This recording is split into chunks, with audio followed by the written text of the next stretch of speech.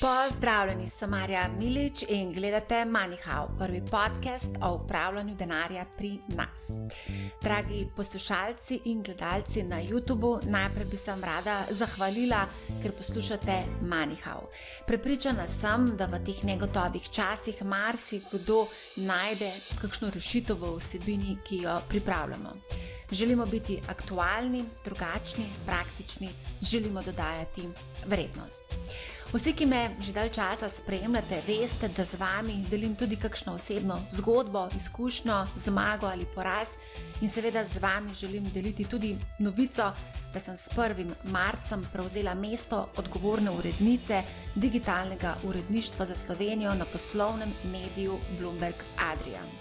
Uredništva so zaživela v Sloveniji, na Hrvaškem, v Srbiji, Bosni in Hercegovini ter Severni Makedoniji. Samo vsebino pa začnemo konec aprila. Dovolite, da vam malce več povem, kaj sploh Bloomberg Adria je. Bloomberg Adria je licenčni partner poslovno-informacijskega sistema in enega največjih poslovnih medijev na svetu, ameriškega Bloomberga, ki ga pogosto omenjamo tudi na MoneyHow. Zakaj? Pri svojem delu, iskanju podatkov, analizah, novicah si namreč pomagamo tudi z Bloomberg terminalom. Ta v realnem času zagotavlja poslovno-finančne informacije, podatke, novice, ki so nujno potrebni za delo v finančno-investicijski panogi, bančništvu in tako dalje. Bloomberg v svoji medijski pojavnosti skrbi za ustvarjanje kakovostne poslovne vsebine z dodano vrednostjo po celem svetu in je na voljo bralcem tako prek vseh digitalnih kanalov, kot tudi v obliki televizijskih programov in pa radijskih oddaj. Kaj zdaj vse skupaj to pomeni za MoneyHow? MoneyHow ostaja z vami v takšni obliki, kot ga poznate. Še vedno bomo kritični, aktualni, analitični in si bomo seveda prizadevali za širjenje finančne pismenosti. Gremo kar na aktualno vsebino in poglejmo zadnje dogajanje. Rusija oziroma Putin, ki ga svetovni mediji označujejo za diktatorja, avtokrata, nevarnega blazneža, še vedno z vso silo napada Ukrajino. Ukrajinci se herojsko borijo, orožje v roke so vzeli tudi civilisti. Ukrajincem poskušajo z različnimi sankcijami zoper Rusijo in pa seveda tudi dostavo orožja pomagati države članice NATO, teh je 30 poleg evropskih držav, tudi ZDA in Kanada. Pomagajo seveda tudi druge države, ki niso del te severnoatlantske pogodbene organizacije. Kot zanimivost omenimo, da se je sankcijam Evrope proti Rusiji pridružila tudi Švica, ki ima najdaljšo zgodovino vojaške nevtralnosti na svetu. Omenimo pa tudi, da je premoženje Putina, njegove družine, sodelavcev in ruskih oligarhov zamrznjeno. Prav tako tudi 630 milijard dolarjev oziroma 569 milijard evrov težka rezerva Ruske centralne banke, ki jo ima v drugih valutah in zlatu. Moskovska borza je zaprta 3. dan zapored, delnice nekaterih ruskih podjetij, ki kotirajo na londonski borzi, pa so upadle za več kot 90%. Tudi ruski rubelj je strmoglavil. Trenutno je 1 rubelj vreden manj kot 1 cent, torej skoraj nič vreden.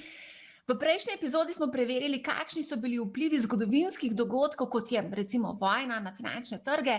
Danes bomo pa pogledali, kakšno vlogo imajo v tej Putinovi vojni kriptoimetja. Z menoj je Matej Tomažin, izvršni direktor kriptoplatforme Economy. Matej, ste že imeli priložnost spoznati v večjih epizodah MoneyHow, je poznavalec tako kripto kot seveda tudi borznega sveta. Hvala, da si z nami in da si tudi pripravljen sodelovati v teh kaotičnih časih. Ja, ni problema. Lep pozdrav vsem. Ja.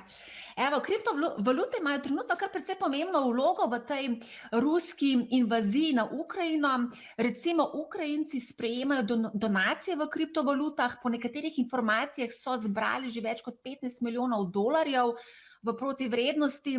Tako Ukrajinci kot tudi Rusi, ker je njihova valuta dobesedno strmoglavila, denar selijo v kriptovalute oziroma zatočišče iščejo v zavetju stabilnih kovancev, kot sta Tether in USD Coin, ki sta pa oba tudi vezana na ameriški dolar. Če ti lahko še na hitrico številke povem, od začetka te vojne, torej 24. februarja, se je tržna kapitalizacija obeh omenjenih stabilnih kovancev po podatkih CoinMarketCapa povečala za 850 milijonov evrov. Toliko naj bi bilo neto prilivov. Seveda ta prirast ne moremo izključno pripisati vojni v Ukrajini. Zdi pa se, da se ljudje težko zanesejo na tradicionalne banke v tem kaosu, ker je dostop do bančnih računov praktično nemogočen. Videli smo, da so nekatere ruske banke tudi izločili iz medbančnega komunikacijskega omrežja SWIFT, hkrati pa tudi lokalna valuta pospešeno izgublja na vrednosti. Kaj si ti misliš o vsem skupaj? Ja, to je še ena potrditev, da nekako obstoječi finančni sistem kaže neke tiste, ko bi rekel, šibke točke, ki lahko udarijo posameznika. Teh signalov smo v sami zgodovini zdaj videli že kar nekaj. Ta vojna je pač zadnja v tem nizu. Mogoče bi poudaril, ne vem, takrat, ko je bilo v Grčiji, ko je bila finančna kriza, takrat je bil kar precejšnjo zanimanje za Bitcoin, pa pol Argentina, inflacija, pa mogoče zdaj na vse zadnje tudi Kanada. Kanada je bila isti case, ko je Trudeau rekel, da vsak, ki bo protestiral, pa vsak, ki bo pomagal protestirati, v bistvu, da jim bodo zamrznili finančno premoženje brez brez sodnih orderjev, ne? Kar je nekako dalo nakazati, da to imeti na centraliziranem računu, nekje, kjer lahko nekdo pritisne on-off, je pač ima svoja tveganja, ne? In tudi sama kriza oziroma vojna je premešala karte in ljudje, ki so prejšnji teden imeli na primer prihranke na kakšnih ruskih bankah, v bistvu so danes pač so potisnjeni v kot. Prvič ne morejo kaj veliko s tem početi, drugič je pa v bistvu, če so imeli karkoli odprtih obveznosti ali pa stvari v tujini, je zelo težko v bistvu, če te enkrat izklopijo sistemo, delovati. In vse to vodi, seveda je nekako voda na mlin v bistvu digitalnim valutam, obstoječim pač povezavam, ki so tem decentraliziranim projektom. Tudi to, kar si omenila, Tether pa USDC, to sta centralizirana projekta, ki imata še zmeraj svoj rizik. Rizik, da nekdo pokliče te izdajatelje in reče, zdaj vam bom pa zamrznil ves ta kolateral. In je ta nič. Tako da te stvari je treba imeti na umu. Je pa seveda, pač kot rečeno, se pravi, pojem decentralizacije se z vsakim takim konfliktom ali pa vojno ali pa s takim, ko bi rekel, dogodkom povečuje. In ljudje bodo nekako šli v to smer, da je peer-to-peer, se pravi, brez posrednika povezava, da lahko, naprimer, jaz pa ti enostavno poslujeva brez drugih. In ta del je zelo, zelo zanimiv. Jaz se spomnim v bistvu, kako so bili, pač bral sem zgodovino denarja, ko so bile vojne, kako so ljudje trgovali oziroma kako so ljudje v bistvu kupovali za, rečemo, živila, kako so preživeli. In ko so bile, na primer, samurajske vojne, na Japonskem, v bistvu, tam se je pokazalo, v bistvu, da najlažje je trgovanje z diamanti ali pa dragulji, ker so zelo majhni in hitro prenosljivi. In zdaj, če sam se obrneva na te dve karakteristiki, hitro pa prenosljivo, v bistvu zlato imeti v sefu, pa težko ga boš. Picasso na steni tudi težko ga boš prenašal. Se pravi, ko pride kriza, ta prava kriza, ko moraš kaj, ne vem, bežati ali pa teči. No, kripto je 24 besed, si jih moraš naučiti. Ne rabiš nič drugega. Private key si jih zapomniš. a ne. Ma pa svoje v bistvu izzive, svoj tudi kripto, a ne. To je pač ta odgovornost skrbništva oziroma odgovornost v bistvu, da ti skrbiš za premoženje, a ne. Da ne smeš pozabiti kod, da ne smeš pozabiti pač teh osnovnih stvari, a ne. To je pa pol druga plat medalje, a ne. Ampak kot rečeno, ne, naša industrija, se pravi kriptoindustrija, danes ponuja zelo dober v bistvu izhodišče za take razmere, ne. Je pa tudi tako, da v bistvu še vedno rabiš neko banko, da prenakažeš denar na menjalnico in potem seveda trguješ in posluješ v kriptu kot prvo. Kot drugo je pa to lahko tudi konec koncev leverage za neko državo, oziroma konkretno v tem casu so v bistvu centralne banke nekako pritisnjene na Putina, ga finančno kaznovale Putina, državo, oligarhe, vse skupaj, ker če ne bi imeli tega sistema, verjetno takšnih sankcij ne bi bilo. Vsekakor, v bistvu stvar ni enostavna, je kompleksna, ne, ima več v bistvu teh nivojev ampak tako, gledajoč v bistvu, kako se svet razvija, ne, ni nujno, da bova v eni točki potrebovala evro kot je, a ne. Lahko se bova sam izmenjala nek žeton ali pa pač blagovna menjava, ne. Včasih, ko smo pač ljudje prišli ven iz, ko bi rekel, iz jama, ne, pa smo začeli se malo z drugim pogledovati, ne, je bila blagovna menjava, takrat še ni bilo kovancev, ne. In mogoče je to tudi en tak zametek, ne, ker lahko boš menil eno, ne vem, zdaj imamo sicer stablecoine, ki je pač najlažje, pač kot rečemo menjalno sredstvo, ki ima, rekel, ni volatilen, ne, pa se na nekaj nanaša, ne. Ampak že zdaj so pobude, da dajmo narediti stablecoin, ki ne bo samo na eno valuto, ne, ampak bo na košarico valut ali pa na nekaj drugega, na nekaj, pač ne vem, jaz se mogoče tako, dostikrat v finančnem svetu je bilo rečen McDonald's indeks, ne, se pravi, koliko je vreden McDonald's v Ljubljani ali pa v New Yorku ali pa v Indiji, ne. Pač en Big Mac je Big Mac, ne. Tako da mogoče se bo pa to kaj pokazalo, ne. Tako da bomo pa videli, ne. Je pa res v bistvu, da z vsakim takim razvojem tudi te, ko bi rekel zdaj, ko smo videli v Ukrajini pa v Rusiji, ne, bomo videli in pluse in minuse, ne. Se pravi, in pozive, koliko je to zanimiv, pa super, pa enostaven, ne, pa plus na minus pa na uni strani, ja, kaj pa če ste to zlorabili, ne. Pač brez tega ne bo šlo, ne, ampak to je element vsakega razvoja. In ta razvoj mora iti čez 1000 takih različnih scenarijev, ne, da dobi pol vso to širino in neko stabilnost, ne. In tudi kriptovalute v tem pogledu niso prav nič drugačne, ne. Ja, to si dobro povedal, da Big Mac indeks, ne, ki spremlja v bistvu ceno Big Maca po različnih državah, ker gre za nek standardiziran produkt, ne, in ga imaš v vseh državah. Mogoče bi pa sam nekaj vseeno tukaj povedala. Zdi se mi, da ko pride do ene take res hude situacije, kot je vojna, a ne, greš v neke ekstreme in tukaj se mi zdi, da je valuta, spremeni se valuta, vrednost nečesa, nekaj postane lahko valuta. Recimo v zaporih, recimo konkretno je valuta cigaret, ne. Predstavljam si, da v vojni postane valuta lahko nekaj drugega, kar ti lahko primeš v roko. Ali pač? No, to sem rekel, a ne, pač takrat, ko je vojna, v bistvu takrat, na primer, nimaš dostopa do, ne vem, nafte, nimaš dostopa do živil, ne, takrat v bistvu ti kaj veliko Picasso ne bo pomagal. Bo nahraniti družino, a ne, in da nahraniš družino, boš šel k farmerju in boš pač zatradil nekaj, a ne.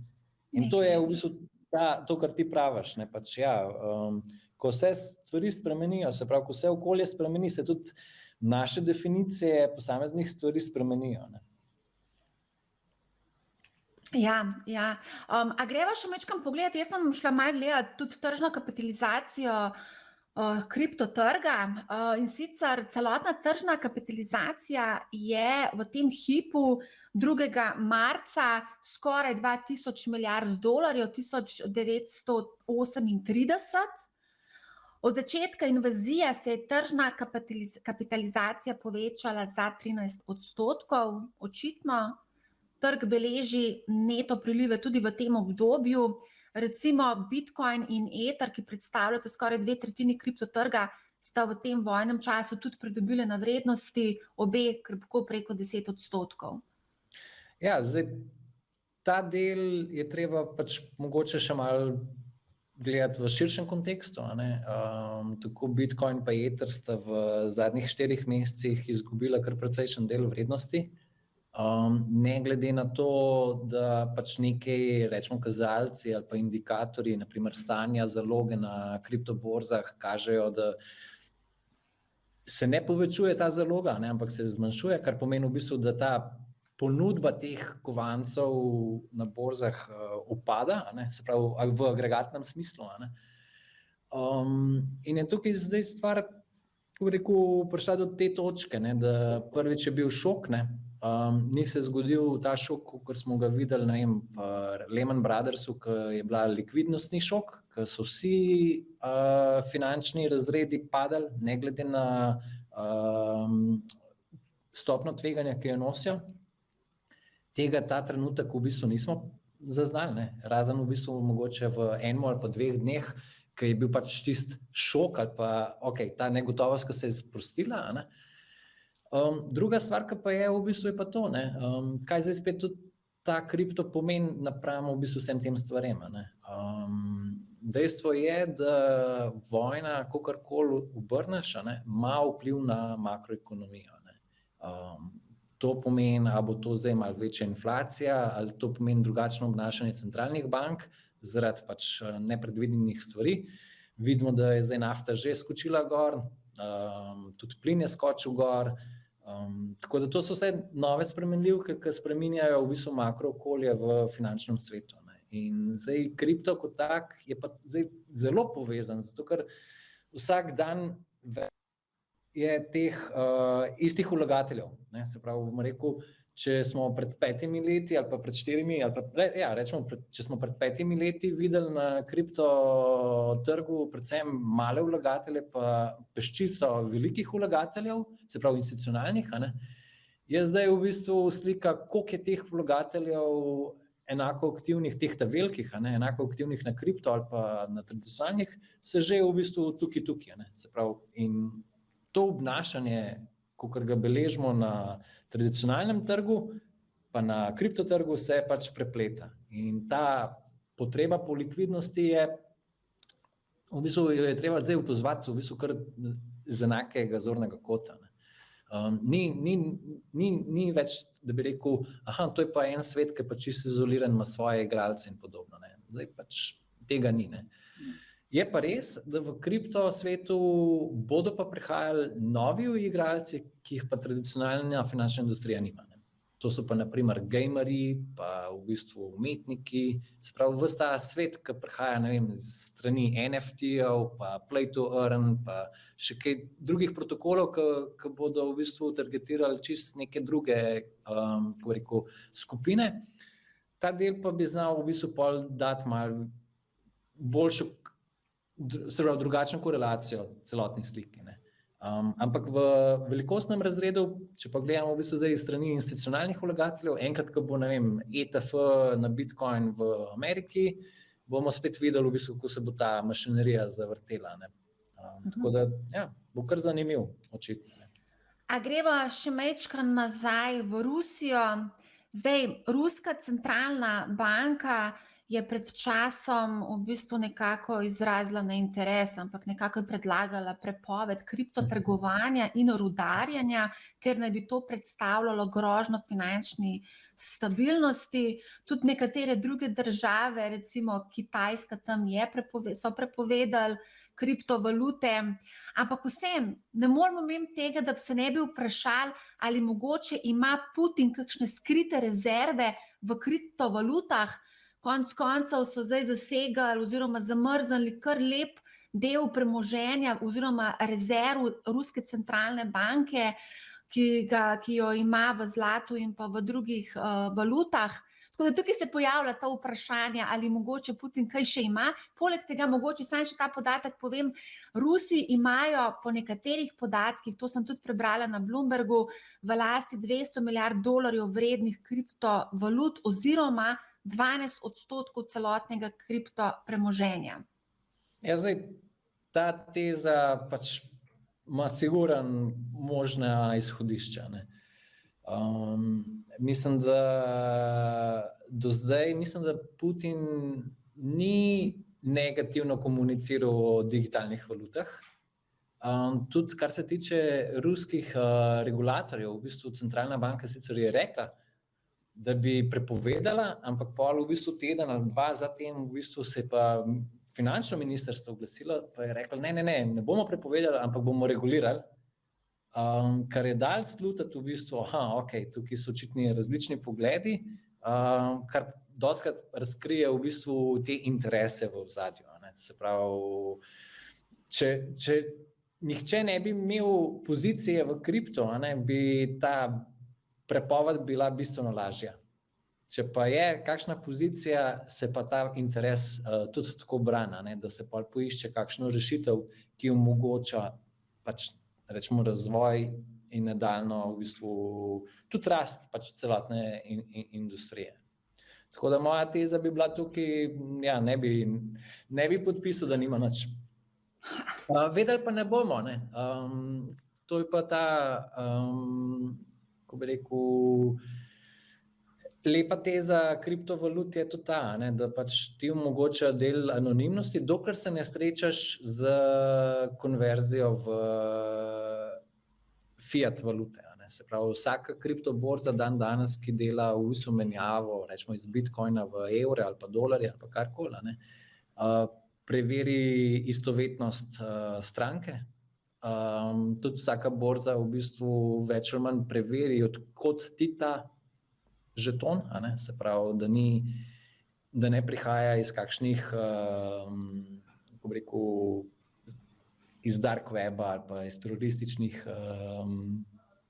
področij in podobno. Celo ta del v bistvu to preverjamo. In tukaj v bistvu te flagi delujejo v tej smeri, da ni kaj veliko, se pravi, je to skrivanje vse bolj oteženo. Razen, če si ruska menjalnica, trenutno je 458 menjalnic na svetu in mogoče so to zrihtali prek kakšne ruske menjalnice. Ja, veš, tukaj je spet ta trika, menjati nekaj za eno drugo valuto, ki spet v bistvu, se pravi, za ruski rubelj, ne. Ja, vprašanje, ne. Bomo videli, v bistvu, očitno je, da se te stvari tako hitro spreminjajo, ne, tudi na tem področju, ne, da ne govorimo, da gledamo na vsak, kaj bo nov mesec prinesel, ne, ampak skoraj kaj bo nov dan, ne, prinesel. In tudi ta del smo videli v bistvu strani evropskih politikov, ki so začeli špekulirati, ja, kripto pa mogoče zelo, ne vem, ga je treba hitreje urejati, ker pač dopušča določene manipulacije. Ražno, ne vem, 14 dni nazaj sem se pogovarjala z predstavnikom iz Banke Slovenije, ker je povedal, da ravno stabilni kovanci so spodbudili centralne banke k temu, da začnejo pospešeno v bistvu se ukvarjati z digitalnim evrom oziroma digitalnimi valutami centralnih bank. Tako da je nekaj se dela tudi na tem področju, se pa tudi kar precej. Verjetno se bo pospešil zdaj, nekako 2025-2026 je bil plan, da pride ta digitalni evro, mogoče se bo pa zdaj pospešil vse skupaj, ne? Se vidimo, ne, tudi COVID je pospešil work from home, pa digitalizacijo na nek način, ne. Vsaka taka stvar danes v bistvu lahko da nek pospešek, ne. In neke stvari, ki so bile dolgo časa pač na to-do listi, se pa kar naenkrat zrealizirajo, ne. Regulativa v bistvu digitalnih valut v bistvu je pač to je nova tehnologija, ki bo tako ali drugače inkorporirana v naš vsakdan. Je samo vprašanje, na katerih področjih vse bomo jo zaznali, ki bo pa povsem v bistvu integrirana, pa sploh ne bomo pač Se pravi, če ne bomo šli gledati ozadja, jo sploh ne bomo začutili. Definitivno v bistvu tudi vidimo, danes te definicije, kar se tiče denarja, tiskanja in vse teh povezanih stvari, imamo nove definicije. Se pravi, ne moremo, če bi rekel pred 20 leti, da je nek zahteven donos za tvegane naložbe, pri nekem nivoju je danes ta donos v bistvu drugačen, ker so v bistvu dolgoročne obrestne mere drugačne, pač drugače je. In ja, svet se hitreje vrti v tem pogledu, in se mi zdi tudi v bistvu, da bo ta hitrost pripeljala do hitrejših zapletov pa razpletov. In to pomeni tudi v bistvu, ker v kriptu je že itak znano, v bistvu, da se svet relativno tako pač. Kdor je v kriptu, bo rekel, pa primerjal z tradicionalnim svetom, pa bo rekel, tukaj se pa toliko hitro, toliko več dogaja, 7 dni namesto en dan. In ta del drži, tukaj je veliko novic, ampak to je tudi povezano zato, ker je industrija toliko mlada, pa je vsaka taka nova informacija konkretno lahko spremeni. Naprimer, da pride zdaj ameriško pravosodje v bistvu z neko novo zakonodajo, ki bo se dotikalo tudi te industrije, bo to imelo vpliv, zato ker vse tudi druge države gledajo, kaj počnejo, naprimer Amerika, kaj počnejo Velika Britanija, kaj počnejo pač te velike države, in to probajo v bistvu se nekako se malo sposojati.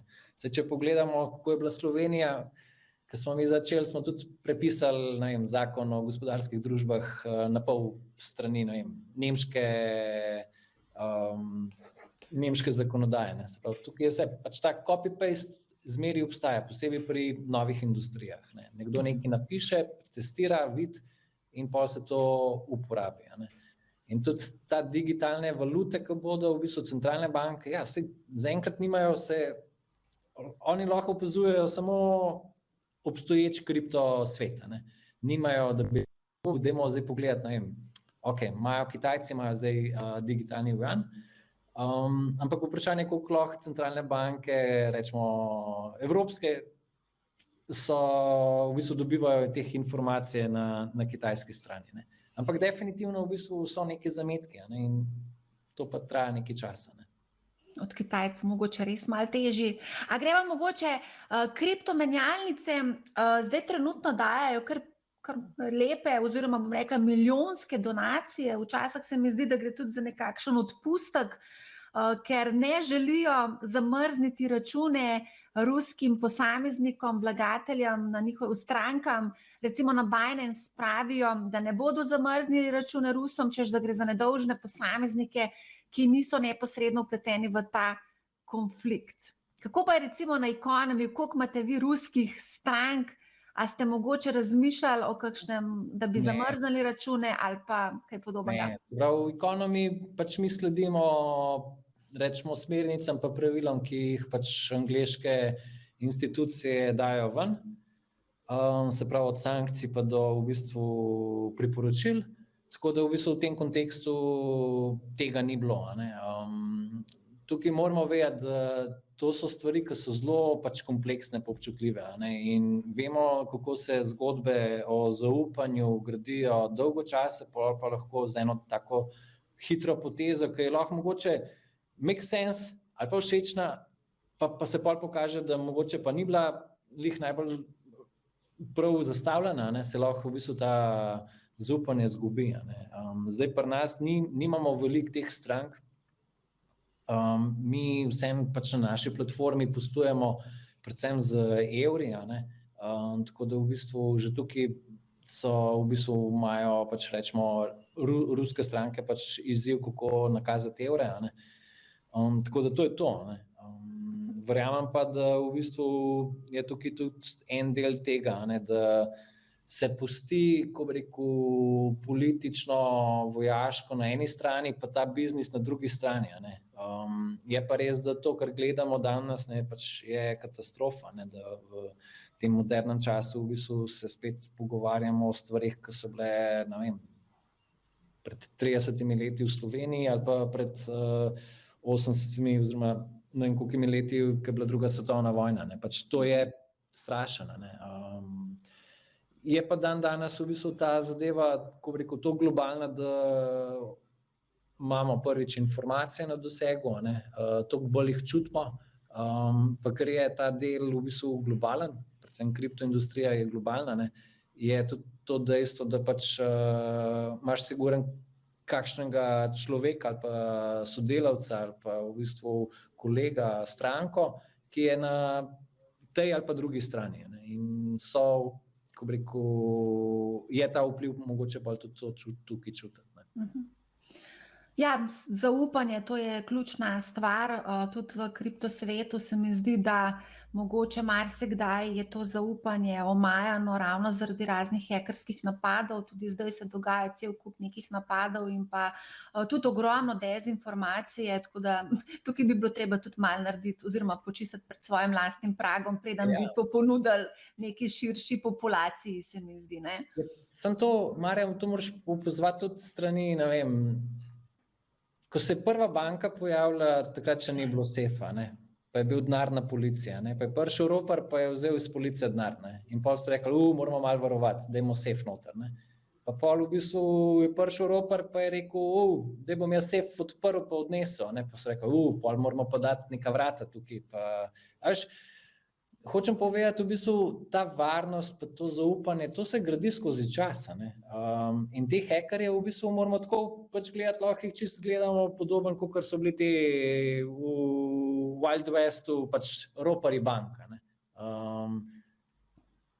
Varnost se gradi in tudi v bistvu roparji ali pa hekerji v bistvu na isti način pridobivajo znanje. In tudi njihova, v bistvu, ko bi rekel, iznajdljivost skozi čas raste. Je pa res v bistvu, da ljudje dostikrat v bistvu skačajo ali pa skačemo v projekte, ki na prvi uč izgledajo super, niso pa dovolj v bistvu dobro dizajnirani in puščajo v bistvu določene varnostne luknje koristi. Tako da strinjam se s tvojo tezo v bistvu, da ja, pač industrija bo morala tukaj narediti zelo veliko. Naprimer, bančna industrija, vidimo, da že današnjo objavo, v bistvu, oziroma včerajšnjo objavo NLB-ja, zakaj kupuje Sberbanko, v bistvu ne zaradi priložnosti same, ampak zato, da bo ohranila v bistvu tudi bančno stabilnost rečemo v regiji oziroma v državi. To je pomembno. To je pomembno. In če pogledamo bančni sistem, pač tam imaš neke sheme za varovanje in podrobno. Tudi to bo prej, kasneje bo tudi v kripto prišlo v ospredje. Se pravi, bodo določeni skladi, bodo določena zavarovanja. Je pa res, da je industrija mlada, je v bistvu cena vseh teh zagotovil tako velika, da pač enostavno ne moreš jo kriti. Pred parimi leti je bilo zavarovanje, ga sploh ni bilo moč dobiti. Šele zdaj so zavarovalnice malo bolj odprte v tej smeri. Ja, zdi se mi, da pa vseeno ta manever iz teh tradicionalnih valut v kriptovalute predstavlja za marsikoga en tak velik izziv, ko slišijo izraze DeFi, NFT-ji, stejkanje, 18,000 različnih valut je, različnih projektov. Kako zdaj oceniti, kateri projekt je verodostojen, ni verodostojen? To si predstavljam, da za nekoga, ki je zdaj tam v neki situaciji, da bi študiral vse to, zato da hitro pretopi svoj denar v neko kriptovaluto, se mi zdi zdaj tako mogoče zelo nerealno. Ne, definitivno. Sej nobena taka župa se ne poje tako vroče, kot se skuha. In jaz mislim tudi v bistvu te kriptovalute, če gledam zdaj iz strani posameznika, se bo že dovolj, če bo dal 10 ali pa 50 evrov, pa se s tem nekako učil, pa videl, pa razpravljal. Včasih v bistvu tudi starejši bodo šli v ta korak samo zato, da bodo lahko imeli kakšno pogovorno točko z mlajšimi, ki bodo pa mogoče iz drugih koncev malo bolj v tem svetu izpostavljeni. Tako da tukaj lahko gledamo mogoče našo izkušnjo, kako smo Slovenci prišli do delnic. Okay, zdaj sicer so bile certifikati razstalani, ampak vseeno, se pravi, tisti, ki pa na novo investiral v delnice, tudi ni vedel, kaj je to, kako je to, pa kje so zdaj podjetja. Sej pač greš do ljudi, pogovarjaš, so nasveti, so taki in drugačni. Veliko je v bistvu napačnih odločitev, ampak to je vse, ko bi rekel, krivulja učenja. Zato imaš to dajo money-how. Ja, točno to. Finančno pismenjevanje, tudi kriptopismenjevanje konec koncev, to je tudi del zdaj tega sistema in pač tudi se moramo izobraziti. Matej, daj greva za konc, daj povej, kako ti vidiš zdaj to situacijo, kam gremo, kako razmišljaš ti zdaj o vsem skupaj. Vidimo, da se res dogaja neverjetne zgodbe, scenariji, sankcije, vse to bo vplivalo tudi na naše življenje, to bomo vsi čutili. Čutili so že komitenti Sberbanke, tako da kaj nas še čaka, kam gremo? Ja, definitivno gremo v bistvu v svet, ki bo podprt z bistveno več tehnologije. Ta tehnologija bo omogočila določene alternative današnjim v bistvu družbenim ureditvam. Se pravi, to je čisto na družbeni ravni. Se pravi, neki ideali bodo lahko možni v kontekstu decentralizacije, se pravi, da bodo določene stvari funkcionirale brez da se jih dotaknemo ali pa na nje vplivamo, ampak bomo vedeli v bistvu kot neka standardizacija, da je. Se pravi, če bo nek protokol zagotavljal iz A v B, pa bo to delovalo brezhibno, se bomo lahko na to nanašali. In ta logika se bo poskušala umestiti v različne spore našega družbenega življenja, od rečemo volitev do v bistvu upravljanja podjetij ali pa upravljanja projektov. In v bistvu to je pač zdaj nekaj, rečemo, dolgoročna iztočnica. V vsem tem krajšem obdobju bomo pa videli v bistvu toliko različnih zgodb, ki bodo vplivale na, ko bi rekel, na to volatilnost, ki jo vidimo na trgih. Se pravi, enkrat bo zelo optimistično, enkrat bo negativno, enkrat bodo nove stvari dodane k tej celotni enačbi. Mogoče se bomo kdaj tudi našli v točki, kjer bomo težko razmišljali, kaj sploh nas čaka ali pa v kaj se bomo zbudili naslednji teden. Tako da v bistvu jaz razmišljam predvsem o tem, da nas čakajo spremembe, je treba biti odprt in spremljati in se učiti. Ker to, kar smo videli, pa to, kar poznamo, ni nujno, da bo nam na enak način služilo tudi v prihodnosti. Kar pomeni, v bistvu prihajajo pač nove definicije, novi sistemi in tudi nove priložnosti. In kripto je ena taka, ko bi rekel, področje, kjer ima te neke specifike in ponuja. Kajti danes lahko vidimo, pač rekla si Sberbanka, naprimer Sberbank Evropa, v bistvu prejšnji teden je bila še čisto normalna banka, danes je pa ni več. Tako, hoče reči, kakor se stabilno sliši, v bistvu se to očitno dogaja tudi tistim institucijam, ki so najbolj stabilne, ali pa se nam ponujajo kot najbolj stabilne. Ja, tukaj je šlo res za eno ekstremno situacijo. Ja, ampak a veš, v življenju se vseeno v bistvu vsake toliko časa se pa zgodijo te ekstremi, in jih ne smemo reči, ne smemo se postaviti v pozicijo, da pa reči, to se pa sigurno ne bo zgodilo. Ne, mislim, da smo pa to že kar nekako v Sloveniji smo dali kar par takih primerov, od hranilnice Lon pa do v bistvu rečemo, kaj se jim na vse zadnje. Faktor banka, NKBM, veš, takih stvari. Ko rekel, če gledamo v kontekstu 5 let, jih ni veliko, ampak če gledaš pa v kontekstu 30 ali pa 40 let, je pa nekih je. Če gledaš v obdobju 100 let, imaš pa vojne, pa v bistvu take stvari, pa drugačne stvari, tako da ja. Imaš tudi koronavirus, ki nas je tudi konec koncev presenetil, to je pač navidni sovražnik, lahko rečemo, pa tudi nismo bili pripravljeni, to pa nihče ni verjel, da lahko pride do teh scenarijev, ne, 2 leti potem, zatem imamo še zmeraj to situacijo, še zmeraj ljudje zbolevajo in tako dalje, tako da. Nič, Matej, mislim, da sva obdelala zdaj trenutno, kar se dogaja, tako da hvala za zanimiv pogovor. Hvala vsem poslušalcem in gledalcem na YouTubu, kot rečeno, smo z vami v dobrem in v slabem. Pripravljamo še nekaj teh posebnih epizod, s katerim bomo poskušali pojasniti trenutno dogajanje. Vesela bom, če delite vsebino naprej. Poslušajte Money How, ne bo vam žal in lep pozdrav!